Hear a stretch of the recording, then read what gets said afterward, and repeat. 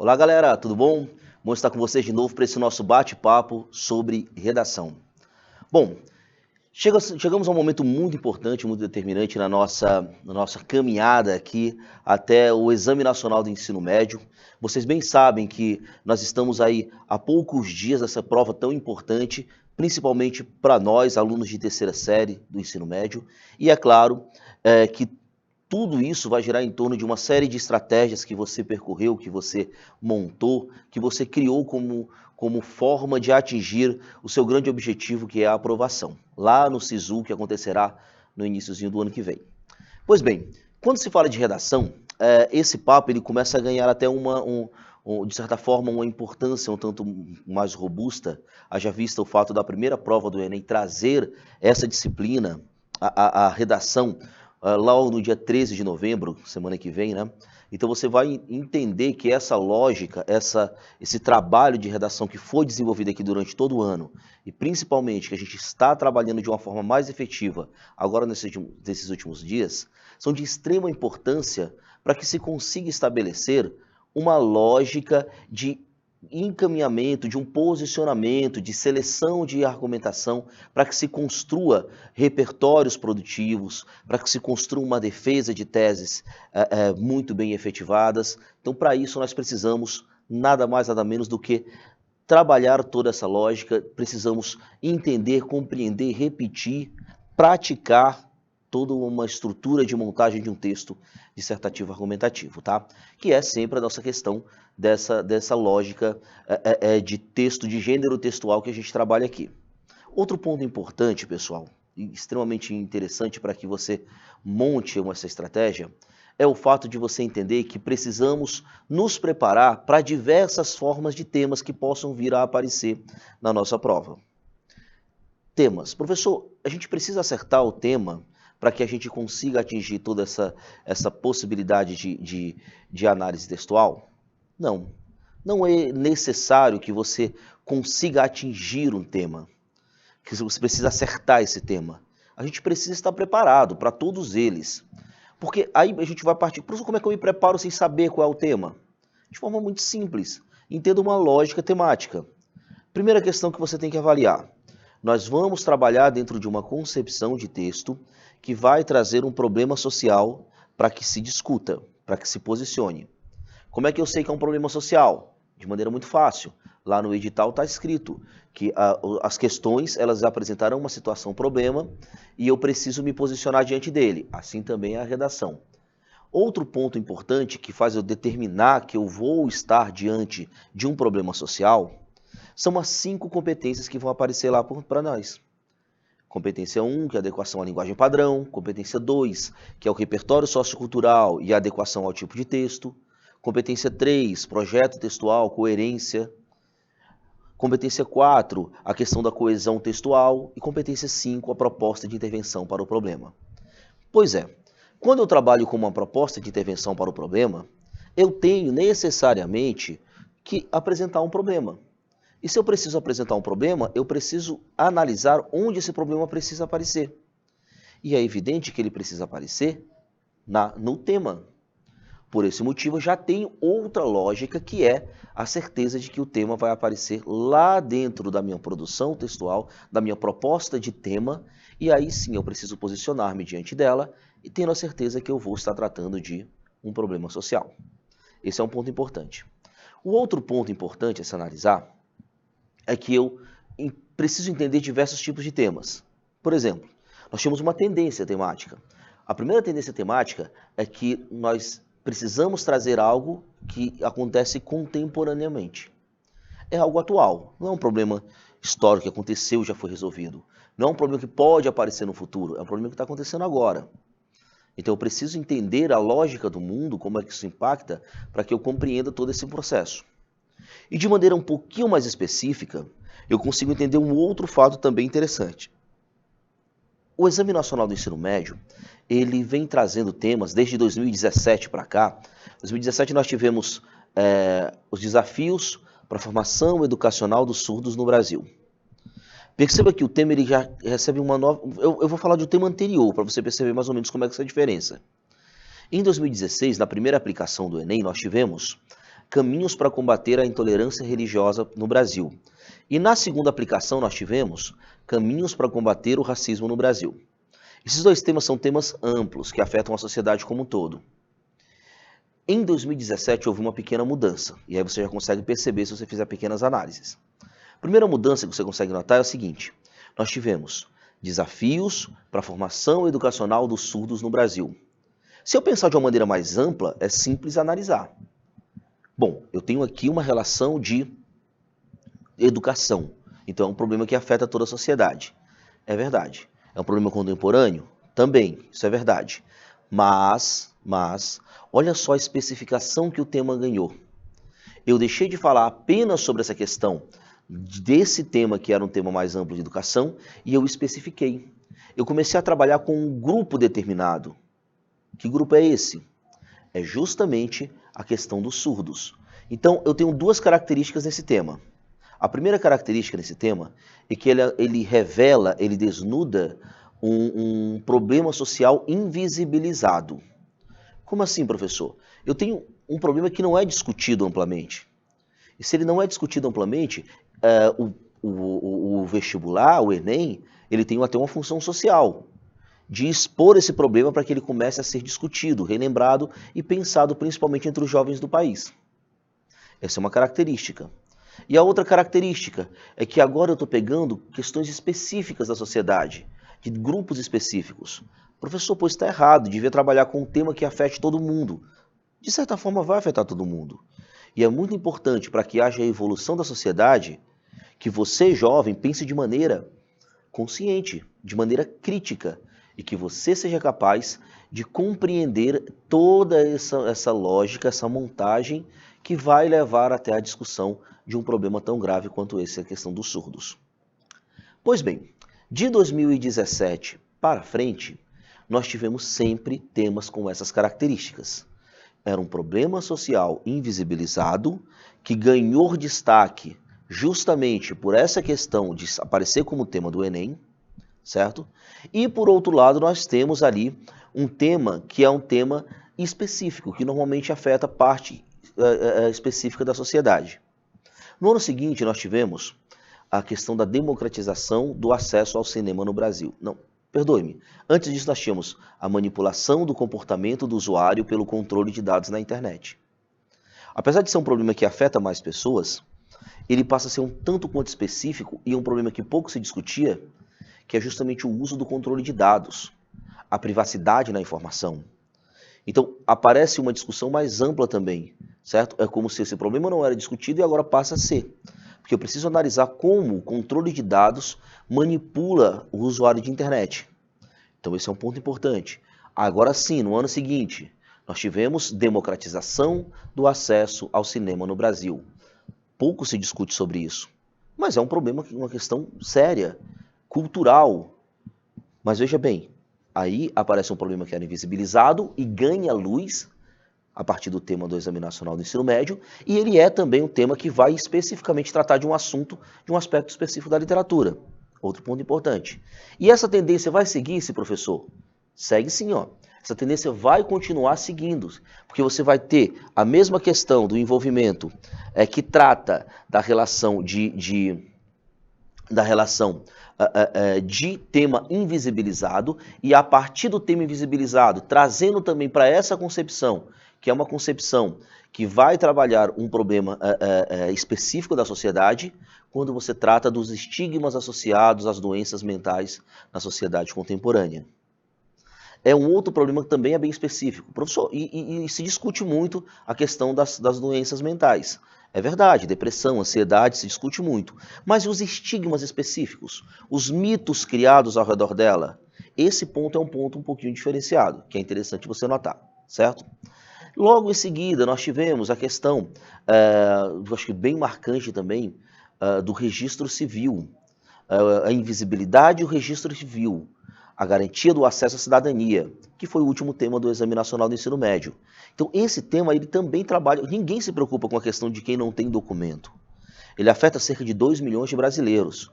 Em uma realidade de 215 milhões, nós temos aí uma distância, mas que também merece ter atenção, que é um ponto que, para isso, serve o Enem, certo? E nós tivemos este ano já, no Enseja, que é o exame de classificação do Enem, de classificação, de certificação do ensino médio, aí nós tivemos um outro detalhe, outra importância. Porque aí nós já vamos ter um processo que vai tratar justamente dessa ideia de especificidade de um problema que pouco se discute. Porque lá no Enseja nós tivemos o seguinte tema, o papel da indústria da moda na preservação ambiental. Veja bem, olha só o que nós temos. Nós temos uma indústria específica sendo trabalhada e nós temos essa questão que é a relação da indústria da moda. Então, por esse motivo, nós temos todo esse processo que vai, de novo, estabelecer uma relação de um problema que era invisível e ganha destaque e também pega algo específico da sociedade, que no caso aí é a indústria da moda. O que isso me diz, professor? Que eu tenho uma realidade de tema. E essa realidade de tema segue uma tendência. Então, eu preciso acertar o tema para responder a pergunta? Não, eu não preciso acertar o tema. Mas eu preciso entender como é que é a lógica de montagem desse tema e de escolha de seleção do tema do Exame Nacional do Ensino Médio. Por esse motivo, hoje, e nas nossas demais aulas, até esse exame, nós vamos discutir temas diferentes. Professor, vamos tentar acertar os temas? Não é necessário, como eu já falei e reafirmo. Não existe a menor necessidade de você acertar o tema. O que existe é a manutenção de uma estratégia que nos permita analisar, criar um método, um caminho para que se monte uma estratégia adequada para que você possa fazer uma defesa de um ponto de vista adequada, baseada no tema que lhe foi apresentado, certo? É por esse motivo que hoje nós vamos trabalhar, gente, com um tema, e muito mais do que discutir tema, a intenção é fazer com que você consiga criar esse método, criar essa estratégia, tá? Então, vem comigo para o nosso material para a gente visualizar todo esse processo. Vamos tratar hoje de racismo estrutural no Brasil. Vamos aproveitar um mês muito especial para tratar dessa questão do racismo, para que você entenda toda essa lógica. Para começar, como é que vai se dar a nossa aula, para que você entenda todo esse processo? Nós vamos falar de dissertação escolar, com destaque para argumentação. Ela é uma questão argumentativa. Bom, por ser argumentativa, você consegue já de cara perceber que precisa-se de uma defesa de um ponto de vista. Por que a gente não faz uma expositiva? Por que a gente não faz uma narração? Porque eu preciso de algo formal, de algo concreto, para que você consiga estabelecer um padrão de correção. Por esse motivo, a dissertação é argumentativa. Hoje nós trataremos de um eixo temático específico. Esse eixo temático, pessoal, ele se dá de acordo com o direito que é colocado em risco. E como eu vou ter um grupo social específico aqui no nosso tema de hoje, o direito colocado em risco é o direito à dignidade da pessoa humana. Por esse motivo, nós vamos encaixá-lo, classificá-lo no eixo sociedade, ok? Bom, nós vamos, claro, pegar um grande assunto. Qual é o grande assunto? O racismo estrutural no Brasil. E a partir desse assunto nós vamos montar um tema um pouco mais específico, um tema que aproxime-se mais das características do Exame Nacional do Ensino Médio, ok? Então é baseada nessa lógica que nós vamos montar aqui a nossa estratégia. Vamos para o tema. Bom, a primeira coisa que a gente vai fazer é pegar o recorte temático. Isso aqui não vai ser entregue para você, tá? Você precisa ter a capacidade de classificar esse tema, mas basicamente o eixo temático, a classificação do tema, vai se dar através da questão do eixo sociedade. É a classificação do tema. Professor, por que é interessante eu classificar o tema assim? Porque você pode, a partir daqui, selecionar repertório sociocultural baseado nessa classificação. Mas vamos para o tema. Veja bem, professor, mas o tema não é racismo estrutural? Não, pessoal. Aqui a intenção é que você consiga estabelecer um tema mais específico. E esse tema mais específico, ele precisa de uma frase-tema específica. Que frase-tema é essa? As ações violentas relacionadas à desigualdade racial. Veja bem, eu tenho aqui uma palavra que vai representar o tema. Desigualdade racial. Essa é uma expressão que vai representar o tema. Mas eu vou especificar, eu vou trabalhar com a história das ações violentas, tá? Ações violentas. Dentro desse sentido, eu vou ter, pessoal, o que nós vamos chamar de núcleos temáticos. núcleos temáticos.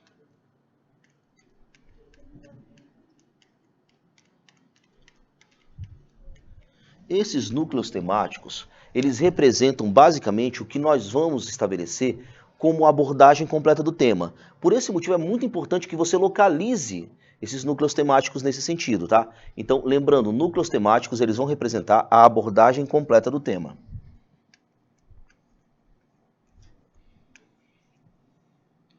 Eles representam a abordagem completa do tema.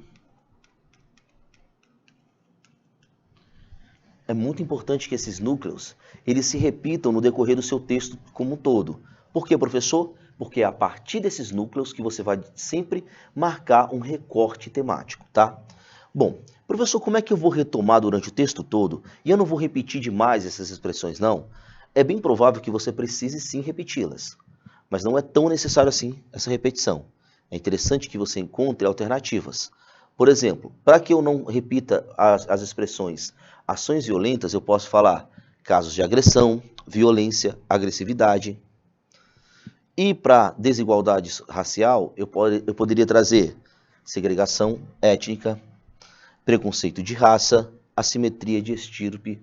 São possibilidades que você tem de estabelecer essa lógica dentro da montagem textual, certo? Bom, depois que eu fiz essa análise de núcleos temáticos, depois que eu encontrei alternativas para que eu não repita vocábulos, eu vou entender qual é a lógica desse tema, qual é o recorte, qual é o norte que eu vou ter para que eu comece essa discussão. Como é que eu vou fazer isso? A partir dos textos motivadores. Muito importante esse fato. Primeiro texto que vai me indicar mais ou menos do que eu vou tratar. Camilo, vamos apostar corrida até a Fê? Claro, e... Dinho, espera, não posso correr agora. Ué, por quê? Para mim não é seguro. Perceba que nós temos aqui, galera, um recado bem dado. Nós temos aqui uma imagem que parece ser de uma autoridade, né? E você perceber, o Camilo, ele é uma criança negra. E se sente coagido não, se sente receioso em correr. Justamente por quê? Porque Camilo, por ser negro, aprendeu que se por acaso ele correr, ele vai ser confundido com um criminoso. E pode não ser seguro para ele.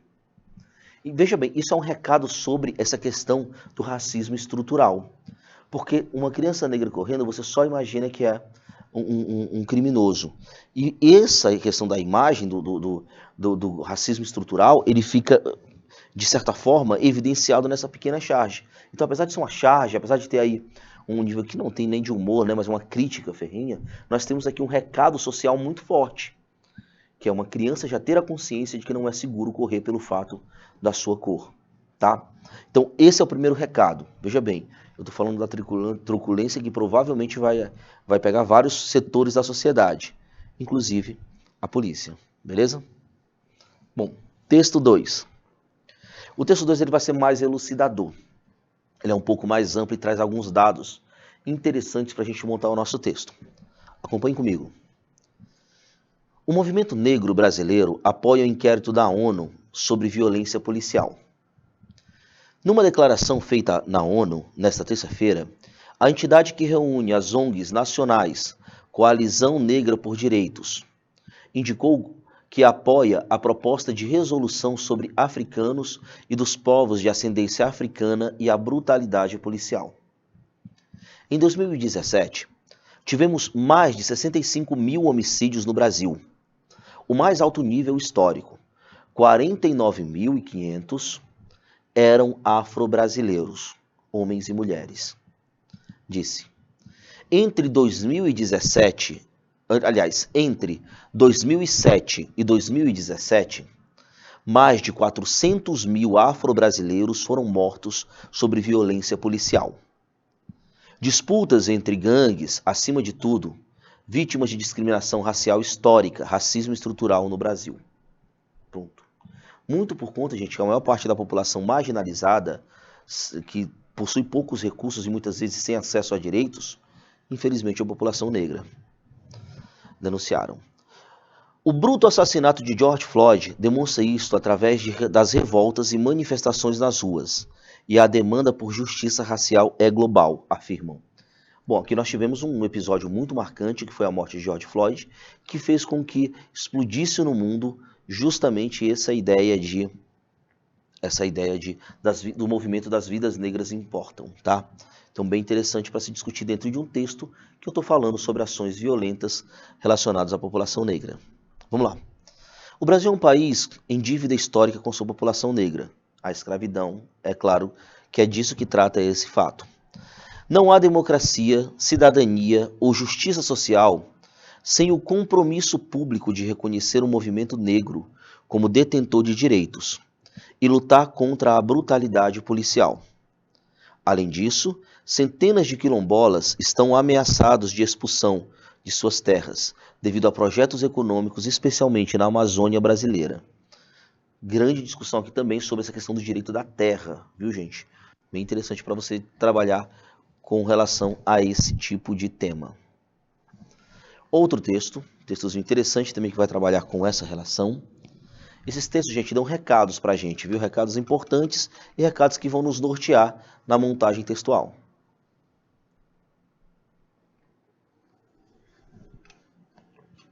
O que nós temos aí? Veja bem. A violência policial nos Estados Unidos, aliás, a violência policial nos Estados Unidos e no Brasil é igual, diz professora de Chicago. A violência policial nos Estados Unidos e no Brasil são duas faces da mesma moeda, com grandes semelhanças nas causas, manifestações e dimensão do problema. Nos dois países, as forças policiais agem em função de hierarquias sociais racistas e classistas, reproduzindo desigualdades na sua atuação. Qual é esse recado? É claro, pessoal, que a atuação da polícia, infelizmente, é diferente quando se trata de um branco e quando se trata de um negro. E isso daí não é necessariamente a culpa individual de cada policial, mas é a culpa, sim, de um racismo estrutural, que impõe à nossa mente essa visão pejorativa sobre a população negra, tá? E por que é classista, professor? Porque um rico é tratado de diferente forma de um pobre, tá? Também acontece essa questão no Brasil. É por isso que existe a desigualdade na atuação, principalmente das forças policiais. E isso é evidente, tá, pessoal? Vamos lá.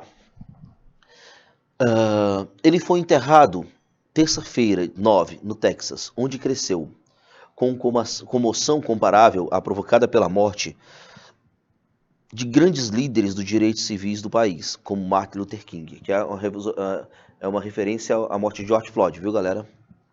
Vamos lá. No Brasil, a proporção é maior, com as mortes decorrentes da intervenção policial constituindo o equivalente a 10% das mortes violentas intencionais.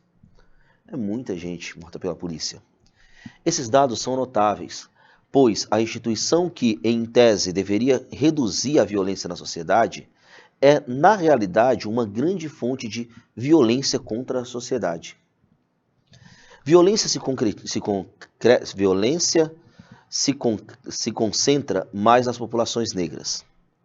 E a Nilda diz que as polícias têm o poder estrutural para resistir a reformas e impor suas preferências.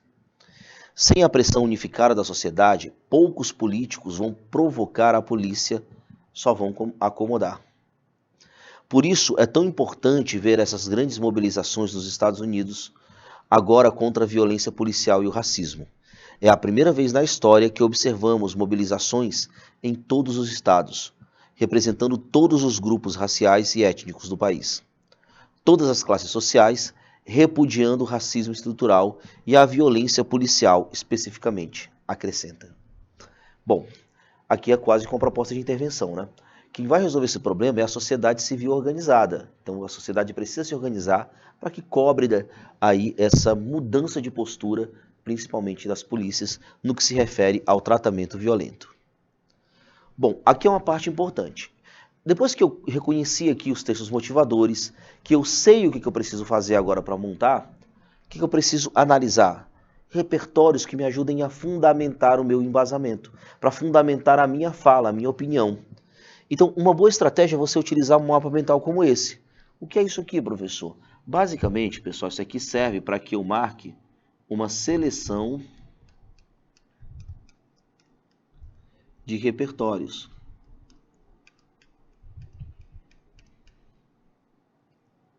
Uma seleção de repertórios. Professor, e o que é um repertório?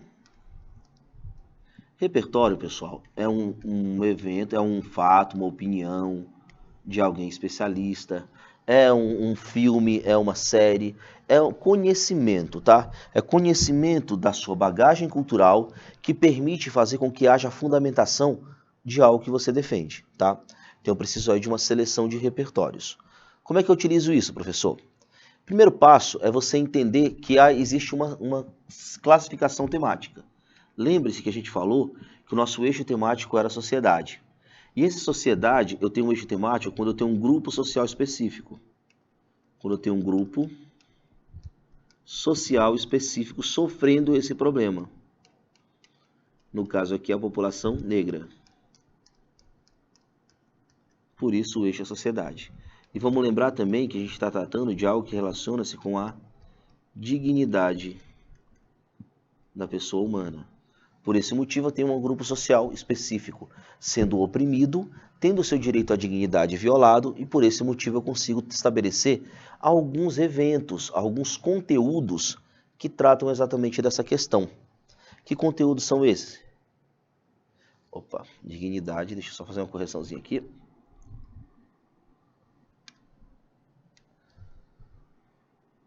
Dignidade, ok? Bom, para que isso funcione, o que eu fiz? Eu vou estabelecer alguns elementos que vão trabalhar com esse conceito. Primeira coisa, se eu estou falando de dignidade e de grupos que são oprimidos, eu estou trabalhando com a ideia de preconceito.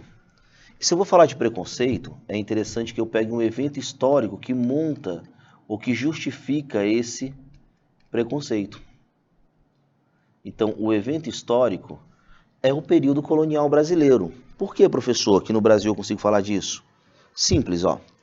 Porque quando eu tenho, pessoal, um colonizador que impõe um pensamento eurocêntrico, patriarcal e cristão, eu tenho a padronização de um ideal.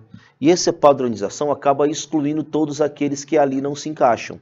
Portanto, quando eu tenho uma cultura baseada no patriarcalismo, eu vou justificar com esse pensamento a misoginia, eu vou justificar a homofobia, eu vou justificar uma série de tabus que vão estar envoltos nessa questão. Que tabus são esses, professor? A questão de falar sobre sexo, a questão de falar sobre menstruação, a questão de falar sobre uma série de pontos importantes para que se estabeleça uma discussão social interessante para superar problemas. Então a sociedade patriarcal vai envolver isso. Quando eu digo que a sociedade é cristã, eu tenho uma base de uma ideia cristã que marginaliza várias outras. Por exemplo, quando você fala de intolerância religiosa especificamente, entre outros pontos. E também, pessoal, eu tenho uma ideia do eurocentrismo. O eurocentrismo é quando eu valorizo o perfil europeu. Agora, qual é o problema? Se eu valorizo apenas o perfil europeu, eu marginalizo o negro, eu marginalizo o índio, eu marginalizo qualquer um que foge dessa lógica e tendência europeia, beleza? Bom, esse é um ponto. É a única maneira que eu tenho de defender isso? Não, eu posso vir para outro. Uma obra literária, ó. Se você trouxer literatura, esse aqui quando você fala de preconceito, de racismo, é até um pouquinho mais direta. Mas, ó, eu vou falar de quê? Eu estou estabelecendo aqui uma relação de uma obra bem direta, até um mulato. A obra naturalista de Aloysio de Azevedo denuncia por meio do protagonista Raimundo o preconceito racial da sociedade maranhense do século XIX. Para ser um pouquinho claro com vocês, essa obra ela conta a história de Raimundo, um jovem mulato, como o nome já diz, mas que o filho de um homem rico, herda a herança do pai, quando fica órfão, criado pelo tio, então tem muito dinheiro e acaba viajando para a Europa para estudar. Ele volta para São Luís para casar-se com a prima, por quem ele é apaixonado, só que quando ele volta, mesmo tendo os laços familiares, a família meio que não aceita isso. Por quê? Pelo fato de ele ser mulato, certo? Então, nesse caso, você tem aí um conchavo, uma conspiração para que haja o assassinato dele. Então, tudo isso motivado somente pelo fato racial, pela questão racial, tá? Então, Mulato é uma ótima obra para você citar, sempre que você falar de preconceito. E mais especificamente quando você falar de racismo, certo? Bom, mas que tal trazer artes para dentro da sua literatura? Uma citação sobre arte. Bem interessante aqui, ó.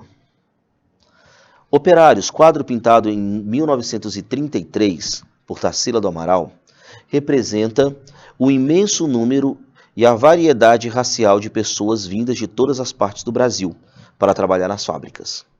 Bom, é aquele quadrozinho que você tem um monte de cabeças diferentes, negros, brancos, japoneses, amarelos, entre outros, indígenas, que mostram justamente uma representação da miscigenação do povo brasileiro.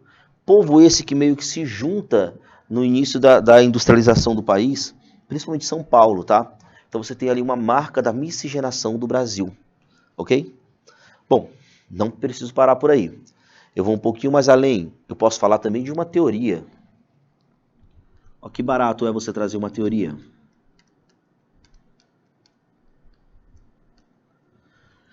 Na teoria, quem foi que falou sobre isso? Tem um cara bem interessante que vai falar justamente sobre essa questão da marginalização. Erving Goffman, filósofo canadense. Ele defende na teoria do estigma social que, em uma sociedade padronizada, aqueles que se afastam dos padrões prestigiados acabam estereotipados e, consequentemente, excluídos. É como se todos aqueles que não conseguissem se encaixar a montar toda a estratégia, ele irá ser marcado como um indivíduo que não deve ser incluído, tá? Então, isso é a marca do estigma, certo? É uma estereotipização como um indivíduo que não deve entrar dentro daquela sociedade, daquele grupo específico de questões que envolvem a inclusão e o prestígio de comportamentos, de aparência e assim por diante dentro dessa sociedade, ok?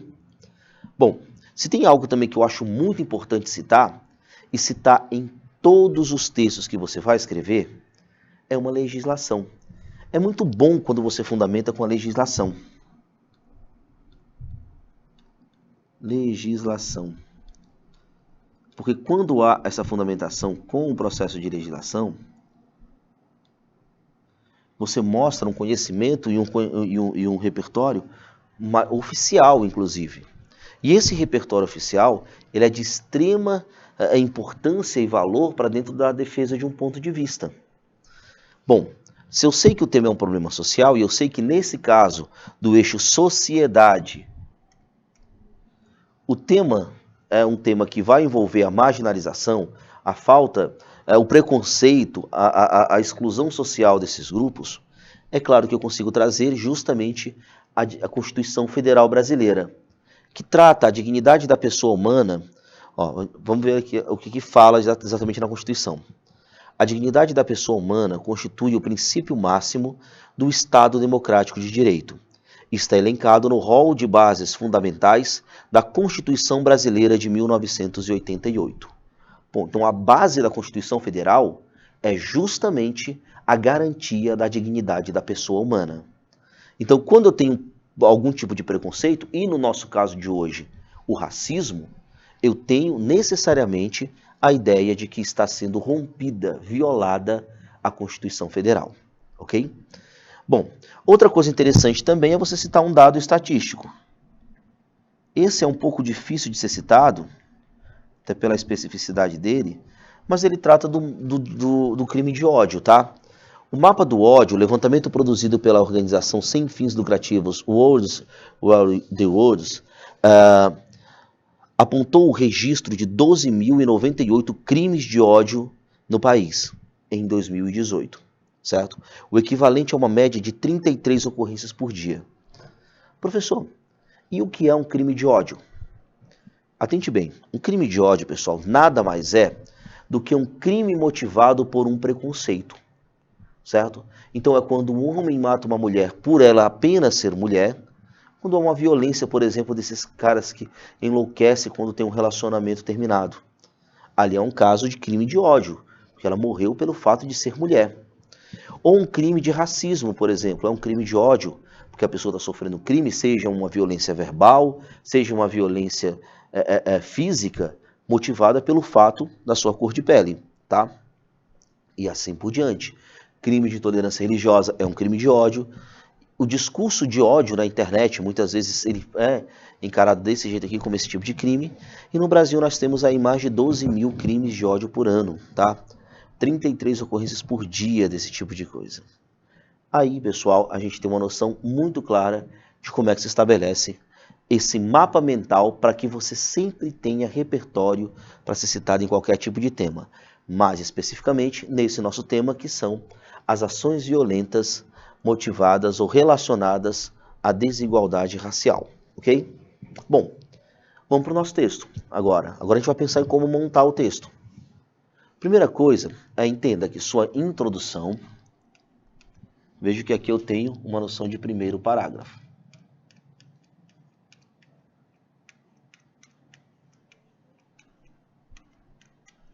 O primeiro parágrafo, ele vai estar atento, vai estar direcionado para uma montagem. O que você precisa fazer logo de cara? Você vai trazer essa contextualização. Então a contextualização, pessoal, ela serve para situar, ela situa o tema em uma realidade.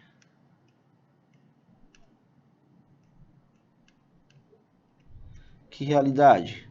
Filosófica, sociológica, histórica e assim por diante, tá?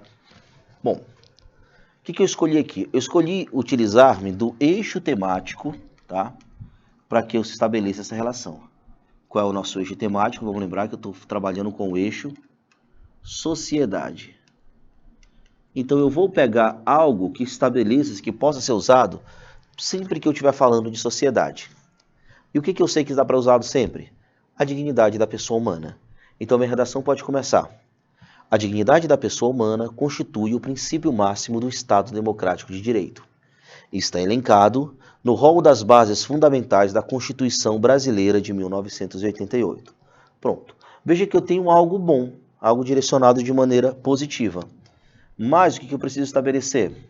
Eu preciso saber que essa relação é uma relação de oposição, porque eu tenho um problema. E se é de oposição, eu vou fazer a ligação da seguinte forma. No entanto, na prática,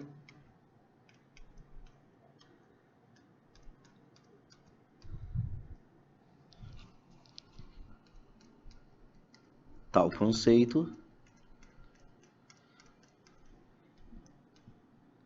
não se reverbera.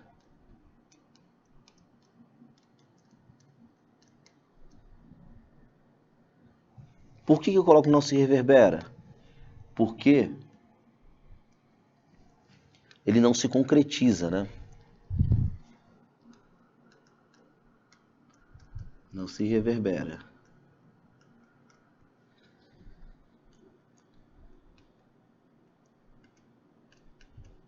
Uma vez que... Opa, olha só. No entanto, na prática, tal conceito não se reverbera. Uma vez que... Aí eu vou trazer o quê? O meu tema. Vejo que eu saí de algo que é universal e trouxe para algo particular. O contexto nefasto de avanços relacionados à questão social, aí você pode até colocar aqui no finalzinho, ó, compromete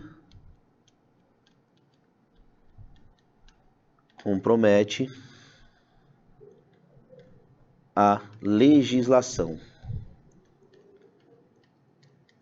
Porque ele rompe o direito à dignidade da pessoa humana, tá? E aí, falando destaque aqui para vocês, como é que eu posso montar isso, professor? Primeiramente, quando você for afirmar o tema, apresentar o tema, é muito importante que você já apresente o tema de uma forma problemática. Por isso, você pode utilizar expressões como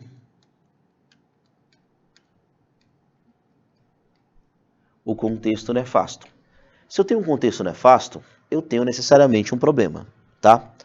E agora, veja bem, eu estou trazendo de algo geral que vai servir para todos os temas que tratam da desigualdade, da sociedade, do problema com dignidade. Então vai ser para todos os temas que envolver o eixo sociedade, tá? Ele vai servir para todos os temas que envolver sociedade. Portanto, ele é universal. Eu tenho que trazer para algo mais específico. O que é o algo mais específico? É justamente o meu direcionamento aqui para essa lógica, para essa montagem, que é a montagem do tema, daqueles núcleos temáticos que a gente apresentou. Nefasto de avanço de atos violentos relacionados à questão racial. O que é isso, professor? Esses dois pontos aqui, pessoal, nada mais são do que os núcleos temáticos.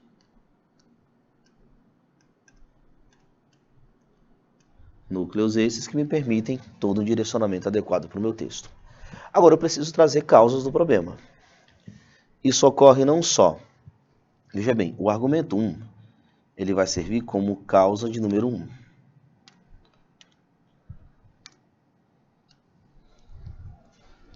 Ele vai servir como causa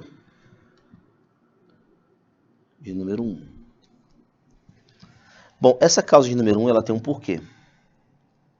Você consegue estabelecer aqui uma relação que envolva a sociedade. Eu vou separar muito bem isso, porque se eu fizer essa separação, eu consigo montar o meu texto de maneira mais adequada. Então vamos lá. Primeiramente, o que envolve a sociedade para trazer essa lógica? Eu tenho desigualdade na construção da sociedade brasileira. Então a desigualdade é uma marca histórica brasileira. Essa é minha causa 1, esse é meu argumento 1, é o motivo pelo qual eu acho que existe problema de racismo no Brasil. Bom, mas aí eu preciso de um segundo causa. E aí, para que eu não repita, como é que eu faço a segunda causa? Eu vou trabalhar com algo institucional. Institucional. E aí, como é que eu faço isso? Eu vou trabalhar com a ineficácia de políticas públicas. Um detalhe, aqui, galera, é a minha segunda causa. O fato de nós termos políticas ineficazes faz com que o problema aumente. E nesse caso específico, eu estou trabalhando com a relação do Estado, tá? Que é quem deveria combater esse crime. A ineficácia de políticas públicas de prevenção e de punição aos crimes de ódio. Beleza? Pronto, aqui eu montei toda a minha estratégia. Se eu quisesse escrever o parágrafo como um todo, vamos visualizar aqui, ó. Em lilás toda a escrita do parágrafo. Isso se deve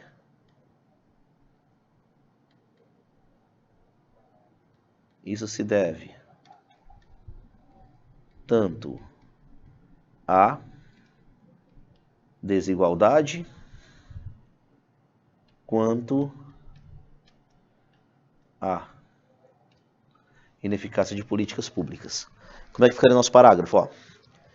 A dignidade da pessoa humana constitui o princípio máximo do Estado democrático de direito. Isso está elencado no rol das bases fundamentais da Constituição Brasileira de 88. No entanto, na prática, tal conceito não se reverbera, uma vez que o contexto nefasto de avanço dos atos violentos relacionados à questão racial compromete a legislação. Então, uma questãozinha aqui, deixa eu só apagar para ficar mais adequado. Compromete a legislação, ok? Isso se deve não só à desigualdade na construção da sociedade brasileira, mas também se deve tanto à desigualdade na construção da sociedade brasileira, quanto à ineficácia de políticas de prevenção e de punição ao crime de ódio. Beleza? Montado aí nossa estratégia. Agora vamos para os parágrafos, para essas causas. Vale lembrar, pessoal, que eu vou ter aqui dentro da minha construção a seguinte lógica. Eu tenho isso daqui sendo assunto do segundo parágrafo.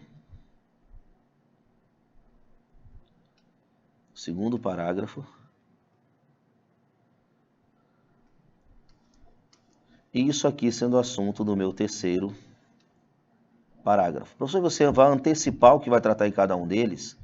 Vou antecipar sim. Isso aqui nós chamamos de projeto de texto, para contemplar lá a competência de número 3, ok?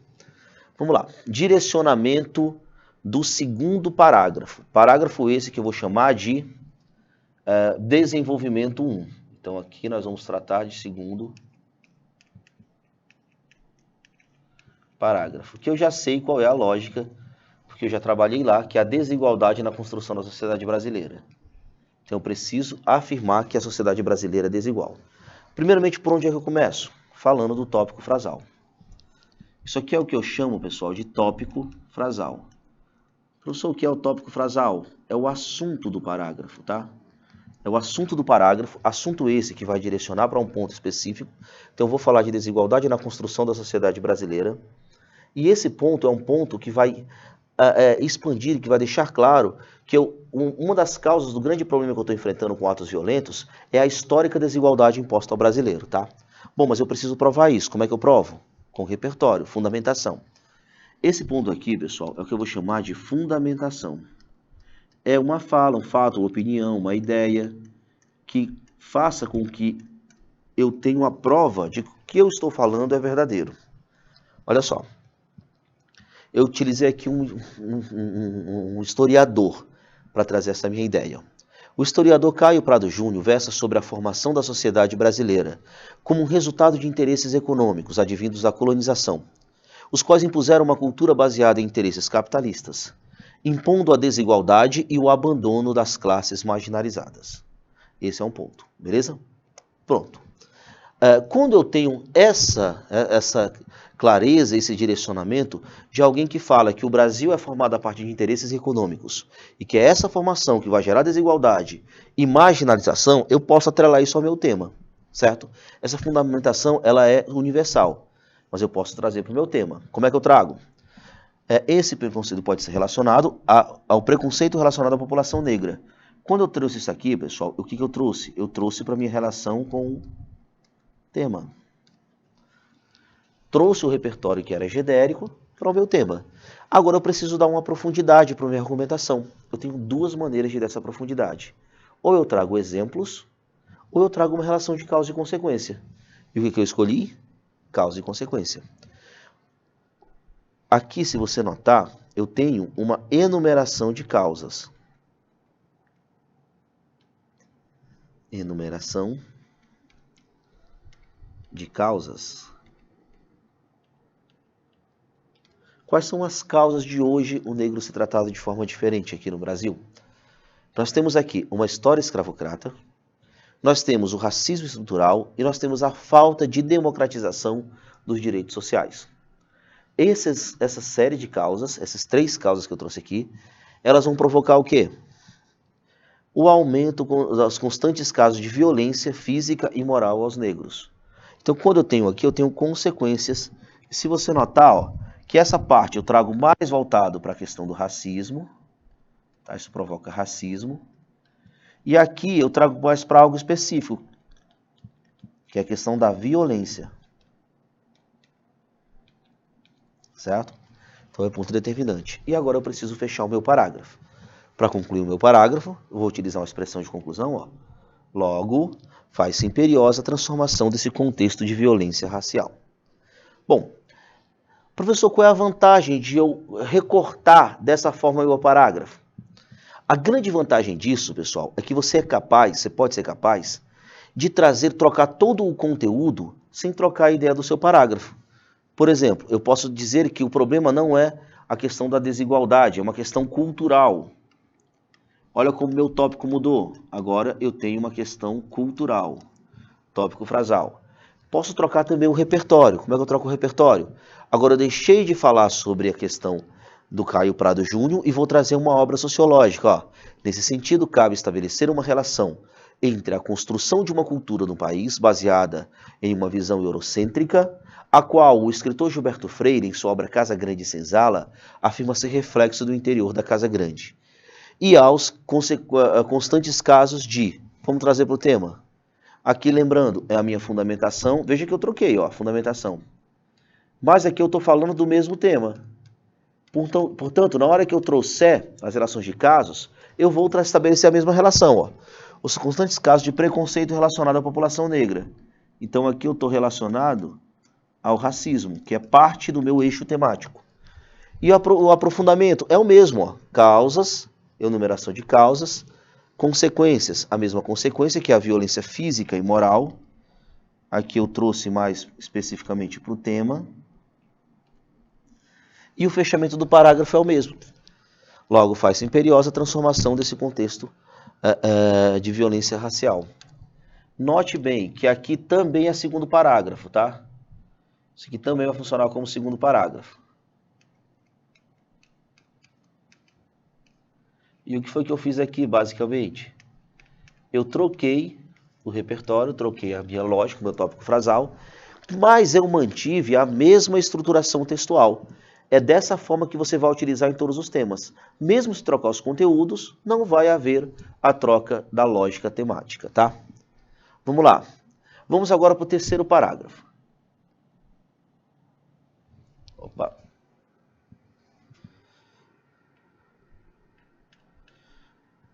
Foi. Terceiro parágrafo.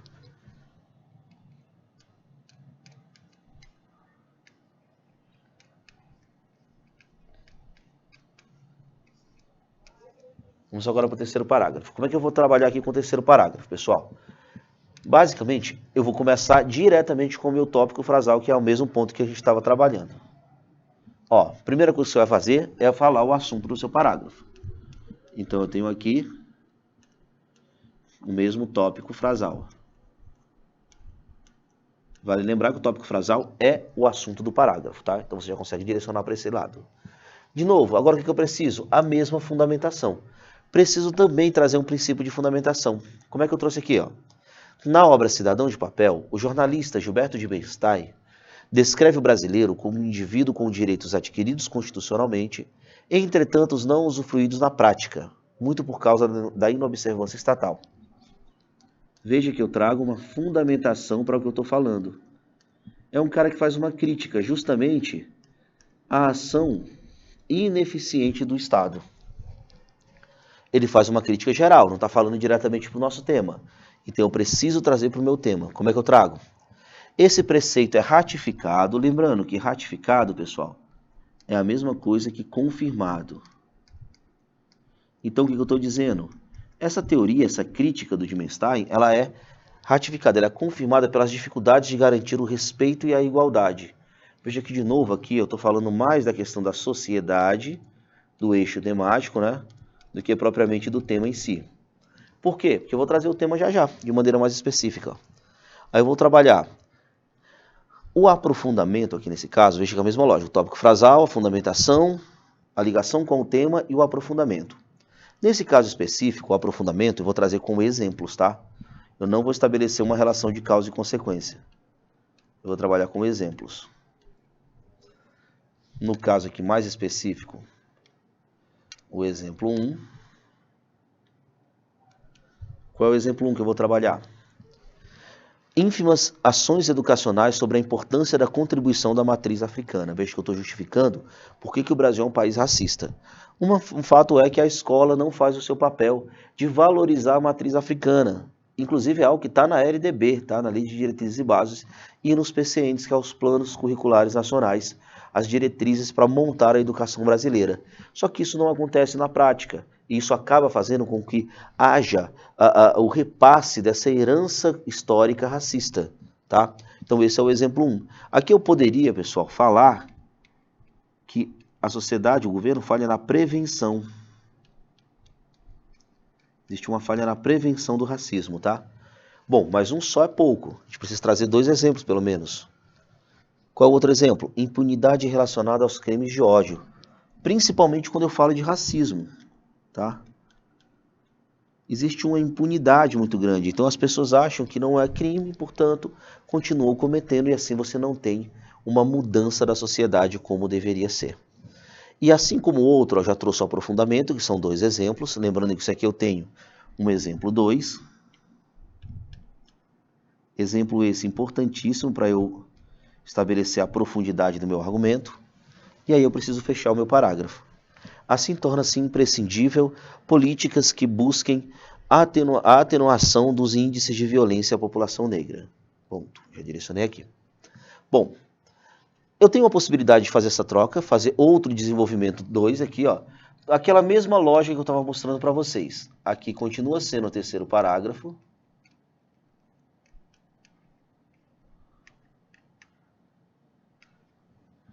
Só que dessa vez eu vou trabalhar com outra argumentação. Insuficiência de ações governamentais, lembrando que é o mesmo tópico, né? Vou falar da falha do governo. A fundamentação agora mudou, porque eu trouxe a Constituição. Fundamentação, ela modifica-se. Mas percebam que mesmo com essas modificações, eu mantenho uma mesma lógica. Ó. Primeiro o tópico, depois a fundamentação. Aqui eu trouxe a dignidade da pessoa humana. Como você já tinha citado lá na introdução, aqui é caso você cite outra coisa na introdução, tá? A dignidade da pessoa humana constitui o princípio máximo do Estado Democrático de Direito. Está elencado no rol das bases fundamentais da Constituição Brasileira de 88. Bom, vou trazer para o tema, diferente do outro, ó, quando eu falei que esse conceito é ratificado, nesse caso não é ratificado. Nesse caso, esse direito é posto em risco. Direito é posto em risco, e aqui eu trouxe a mesma ideia da questão do racismo. Pelas dificuldades de garantir o respeito e a igualdade. Trabalhando com dois elementos, ó, exemplo 1. Aí os exemplos, galera, são os mesmos. Exemplo 1. Ínfimas ações educacionais sobre a importância da contribuição da matriz africana. Exemplo 2.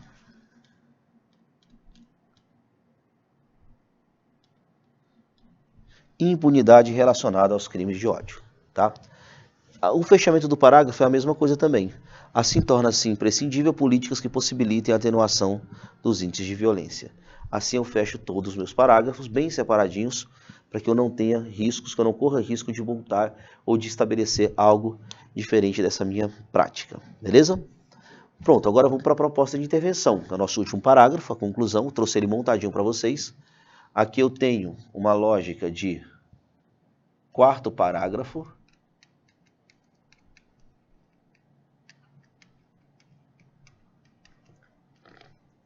E vou precisar fazer uma proposta de intervenção para os problemas que eu apresentei. Lembre-se que eu apresentei dois problemas. Um que tratava da questão social e um que tratava da questão estatal. Então eu preciso trazer uma proposta de intervenção para cada um deles. Como é que eu faço? Portanto, fica evidente a necessidade de mitigar a violência contra grupos minoritários. Para tanto, as escolas, meu agente que vai atuar aqui, ó, podem promover debates e campanhas sobre a importância do respeito às diversidades. Opa, estou trabalhando agora já com a questão do âmbito social. Eu preciso expor o respeito das diversidades populacionais, por meio de atividades extracurriculares, a fim de desconstruir o preconceito enraizado na cultura nacional. Pronto, falei que eu preciso mudar a questão do preconceito. Primeira proposta cumprida. Segunda proposta, vai resolver o que eu apresentei naquele terceiro parágrafo. Então, além disso, o Estado, o agente que vai atuar, tá, é o Estado, deve investir na criação de um plano nacional de enfrentamento ao racismo estrutural, mediante reorganização das diretrizes orçamentárias, com um incremento de projetos de valorização da cultura de matriz africana e da punição aos crimes de ódio. Vejo que duas coisas que eu falei que faltavam, educação e faltava punição. As duas coisas eu propus que fossem trabalhadas aqui. Com o intuito de reverter o quadro de violência contra a comunidade negra. Dessa forma, a dignidade, veja bem, ó, quando eu comecei com a dignidade, eu preciso terminar com a dignidade. Ó. A dignidade, base para a efetivação constitucional, lembre-se que eu comecei citando a Constituição Federal. Então, quando eu falo da dignidade, quando eu falo da Constituição Federal, o que eu estou fazendo? É uma retomada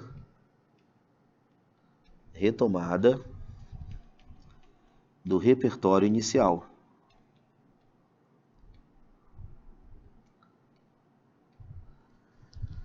Retomada do repertório inicial, certo? Poderá ser, enfim, isonômica no Brasil.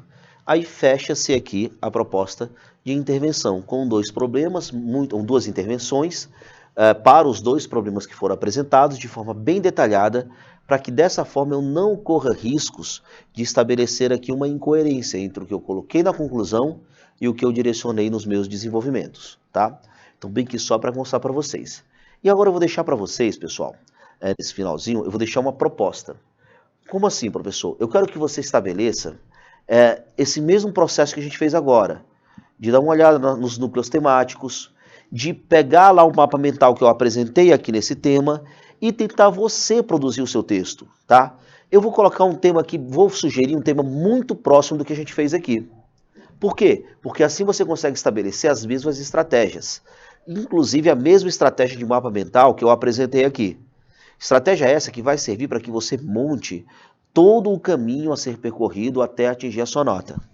Qual é o tema, professor? Veja bem, pense no seguinte tema. os impactos do racismo estrutural no Brasil, tá? Os impactos do racismo estrutural no Brasil. Analise o problema que envolve esse tema, beleza? Possíveis causas dele para aparecer como argumentação e logo depois propõe uma intervenção.